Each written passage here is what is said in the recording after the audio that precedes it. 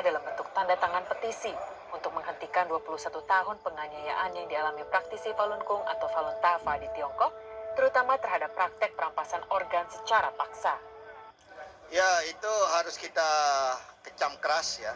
Itu jelas-jelas di luar dari naluri kemanusiaan.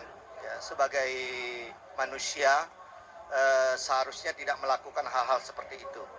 Ya, kalau di Indonesia jelas-jelas kita itu tidak dibenarkan sesuai dengan ideologi negara kita sebagai negara Pancasila yang kemanusiaan yang adil dan beradab itu.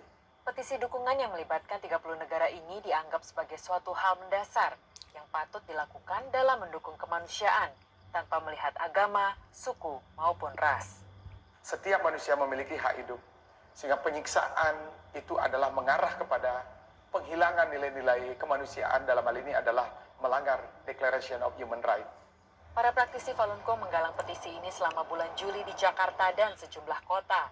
Anggota DPR MPR RI yang ikut menandatangani diantaranya adalah Saan Mustafa, Wakil Ketua Komisi 2, Gus Pardi Gaus, Anggota Komisi 2, Yandri Susanto, Ketua Komisi 8, Jeffrey Romdoni, Anggota Komisi 8, Hilary Brigita Lasut, Anggota Komisi 1, dan Syarif Abdullah Al-Qadri, Wakil Ketua Komisi 5.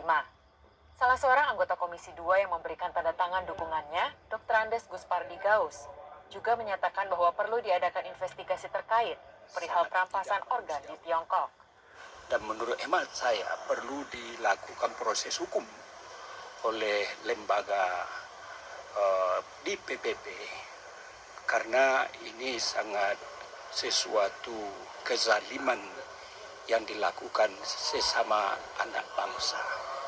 Oleh karena itu perlu ada upaya yang dilakukan oleh penegak hukum internasional untuk melakukan investigasi supaya jelas kondisi betapa kekejaman yang dilakukan oleh mereka-mereka tersebut.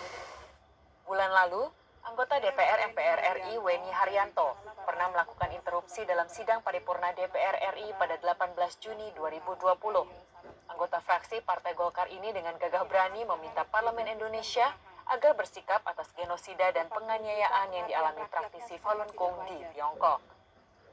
Khususnya selama 21 tahun terakhir, penganiayaan genosida terhadap Falun Gong atau Falun Dafa, di mana ribuan praktisinya telah dianiaya hingga meninggal, ratusan ribu telah ditahan di kem-kem kerja paksa, pusat pencucian otak, dan penjara.